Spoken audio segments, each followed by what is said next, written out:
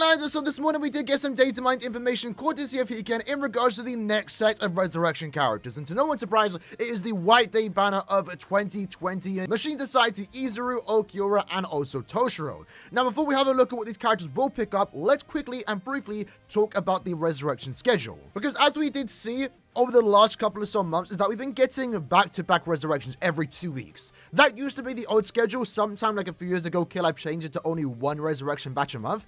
And for the most part, it looked like we were back on schedule of getting a resurrection batch every 2 weeks. One in the middle of the month, one at the end of the month. Unfortunately, what we did see, though, 2 weeks ago in February, is that we didn't get a resurrection batch at the end of February.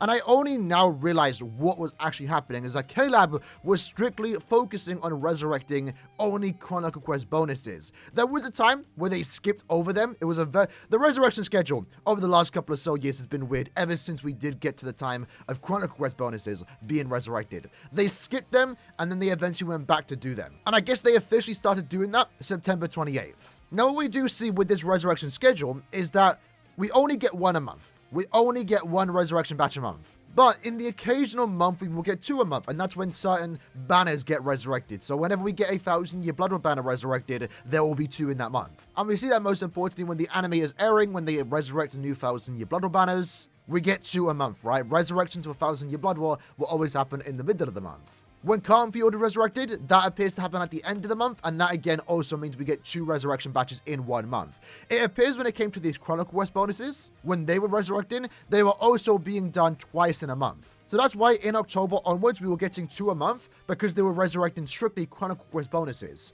And that also explains why they skipped over Koga, and also a couple banners to do this banner, Ichigo, Kenpachi, and also Aizen. I was very confused on why they did these three characters, and it's because they were Chronicle Quest bonuses. So now that it seems that Chronicle Quest bonuses are all done with their resurrections, we're now unfortunately back to the one a month, unless we get 1,000-year Blood War or Can't Be Ordered resurrections. When they get done, there'll be two in a month, but it unfortunately does look like we are back to one a month, as we've seen with February, and potentially as we're seeing in the month of March. With that out of the way though, let's have a look at the new free resurrectable characters. Now, I'm not expecting too much. These were mid-month characters. We do know that they do get the extra skill, the 9th skill, I believe. At this point, it has been a month, so I kind of forgot. But I'm hoping for some at least decent links, especially with Eeru, because I believe he is a DR link, right? So in Okura's case, he is a recharge soul trait, looking for strong attack damage, more strong attack damage at full stamina, or full stamina damage, but I wouldn't be surprised if he gets a status element duration. I'm not too sure why I'm expecting that.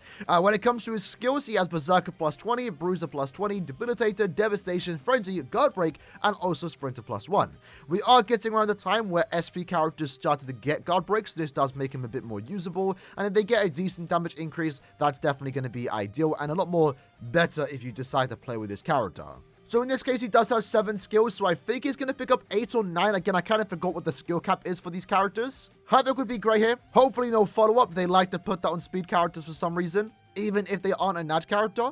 I am expecting maybe more damage to weakened enemies, and maybe some like utility skill, hit an enemy or something like that, movement speed, I don't know. Let's check it out though. So let's look at his innate skill, damage to weakened enemies. So yeah, they are getting innate skills, and they get an ace skill too. The soul trait is paralysis duration. To be fair, I'm not going to hate on it. I know, not everyone likes it, but we haven't seen any status element durations in quite some time, I will be honest. So we've been kind of spoiled with the most recent resurrectable soul traits. I have plenty of recharge and full stamina, but paralysis duration and recharge, we'll check how many of those we actually even have. But for his skills, he did get Berserker plus 30%, so his Berserker went up by 10%. He got an increased chance to inflict status elements against power hollow enemies, and that does make sense with his innate skill, 20% more damage to weakened enemies.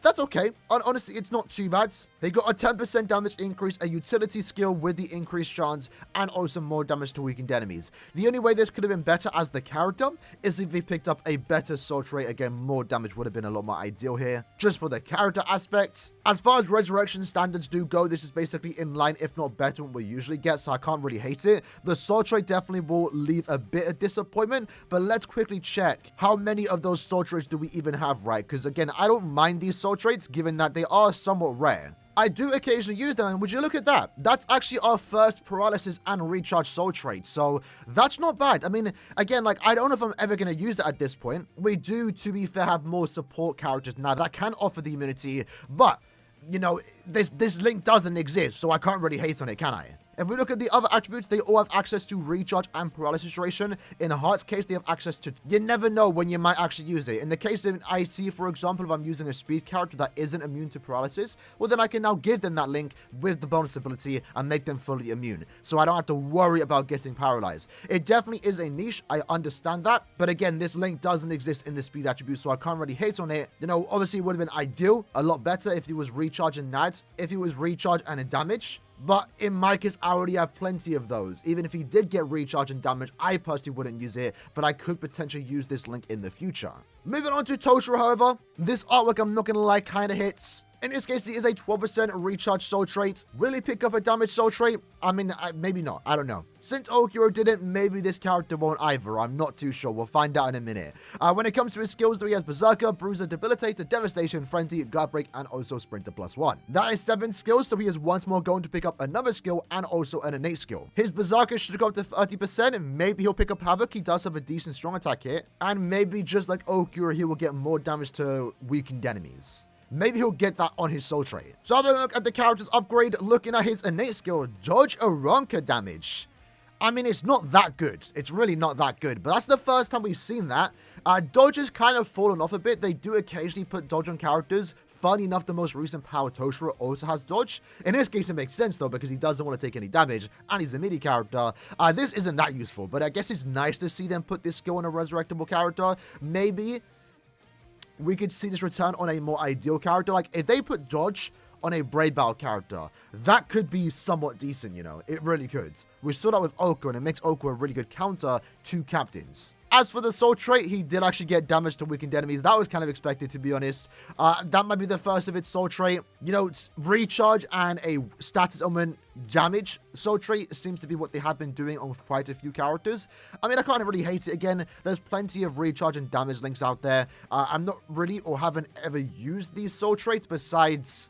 I think I used Senjumaru on Ichigo, because Ichigo does have a really good chance to inflict Lacerate. Again, no idea if I'm ever going to use soul traits like this, but since they've started doing these soul traits, I guess it does make sense to, you know, cover all status elements in all attributes. So at least one link does exist for that character. It's for that attribute. You never know when you might actually need it. As for the skills, though, he did get Berserker plus 30%, and he does recover 20% stamina in between stages. So I guess he went more of like a survival build here. Picking up the dodge and also stamina. If you actually use the character, he's a lot more safer to use. You know, maybe a full stamina damage soul trait would have been a lot more ideal here to go with the extra newfound survivability with the weakening, with dodging the Aaroniero damage and also the heals. In terms of playability though, while he will play safer, he's going to basically play the exact same in terms of damage output, minus the extra 10% Berserker that he did actually just pick up. As a soul trait, definitely once more going to be quite the niche. Not sure I'm ever going to use that, but if it's the first for its kind, the first power, recharge, and weaken damage, I'll take it. I'll take it. And then lastly, we have Izuru. In his case, he is a damage taken, minus 16% soul traits. There's some potential here. I'm not sure if my character Yuha does have his best links attainable. Like, is there a chance that Izuru will replace these 3 characters? I don't think so, because he is only a 16% recharge soul traits. I guess he could replace Findor or Grimjow, but probably not. I like personally having more DR, especially when I am going with a defense build. But in this case, DR and normal attack damage is always good to have. That would never be a bad combination, especially for future Heart PvP characters. Damage taken and a status element, while is a niche, can be quite decent. I mean, I use this Orihime, she's a 20% DR soul trait, and the weaken duration definitely can help out. In this case for Yuha, not so much because he already is immune to weakening, but you know, if they ever release a Heart character in the future that isn't immune to weakening, you know, this Orihime is going to be a really good link for them. And the same could potentially be seen with this Izuru if he does pick up a status element duration, but again, no attack damage wouldn't be too bad. Hopefully he doesn't pick up recharge, because that would be absolutely terrible. Even so, he does have Flyer +1 with Bruiser. Bruiser might go up to 50%. He does have 7 skills. Wouldn't be surprised if he picks up Healer, and maybe more damage to paralyzed enemies. So going into it then, he did pick up Lacerate duration, minus 55%. You know what? That's not bad.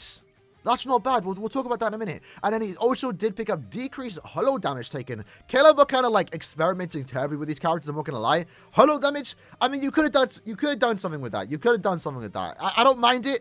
Again, when a skill like this put on a better character, decreased captain damage on a hard character that is maybe still being used in Brave Battles could be something. So there's potential with this particular skill. Not an Izuru though. Not an Izuru. As for the character itself though, he did pick up no bruiser increase. That's kind of like pathetic to look at, I'm not going to lie. But I guess he did pick up the 20% Knight here, which is a team party buff to any heart sorry, but which I guess can be somewhat cool.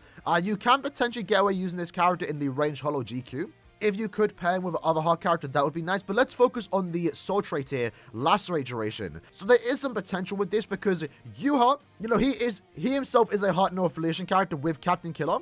He can, depending on your build, actually beat and defeat Yamamoto, his hard counter. And the way that Yamamoto works is that he does guarantee to inflict lacerate. So now with this particular, Izuru link, I might actually want to put that on, because what I could do is put the Izuru link on, like this for example, and then give him a bonus ability to make him fully immune to lacerate. I know people already do that to begin with, and now with that, if my UR goes against Yamamoto, he's still going to be able to activate the boost, because he wouldn't be lacerated. And with that, Yamamoto won't be chipping away his HP with the burn and lacerate. He'll still be applying burn, but not lacerate. And there are times where, a matchup between Yuha and also Yamamoto can be quite close. So being immune to lacerate can actually help you out. So, you know what? I'm actually not going to hate on that soul trait. I wasn't expecting to put Izuru in my team or as a link for Yuha, but I might just do it to make him fully immune to lacerate. Again, it's not something that's maybe ideal, but it's something that you can do and you can mess around with. Again, if we sort by damage taken and also lacerate duration, this is the first combination of that soul trait in the game,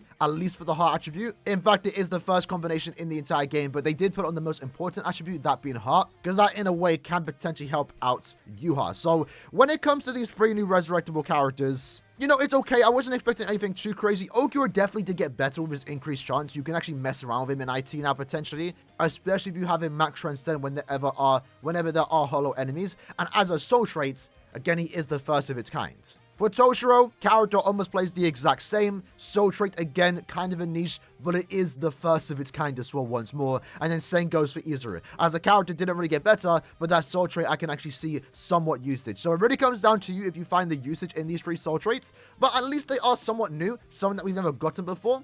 Whether that's a good or bad thing, again, comes down to you. But personally, I can't hate on that. Would have loved if the characters again got better treatment. That's the case for almost every resurrection. But I don't think these were offensively bad or anything. The main thing though is that again, if you own the characters, you do get potentially 200 plus orbs. So that's honestly not too bad. And here's hoping that potentially at the end of the month, we could get more Khanfood resurrections. Because as of right now, the only way we're going to get 2 resurrection batches in this month is if it is Khan for Your World or 1000 Year Blood 1000 Year Blood aren't getting resurrected unless the anime is airing.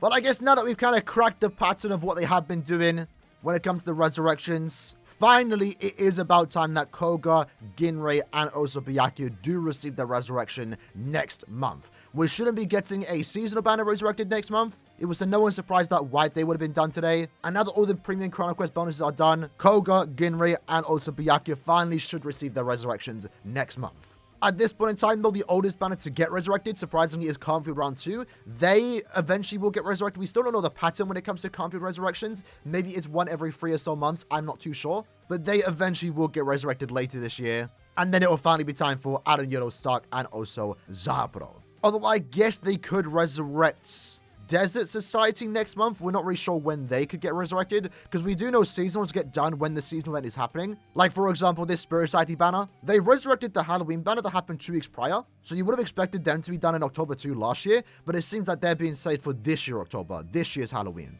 The Desert Society banner did happen a month after White Day, so maybe Desert Society will get resurrected next month, but again, that's not really tied to a seasonal event. It's just a seasonal banner. So they might get resurrected next month. They might get resurrected whenever, or they might just get resurrected when eventually the timeline catches up to them. Either way, though, let me know your thoughts on those resurrections in the comments below, and I'll see you guys next time. Take care, and peace.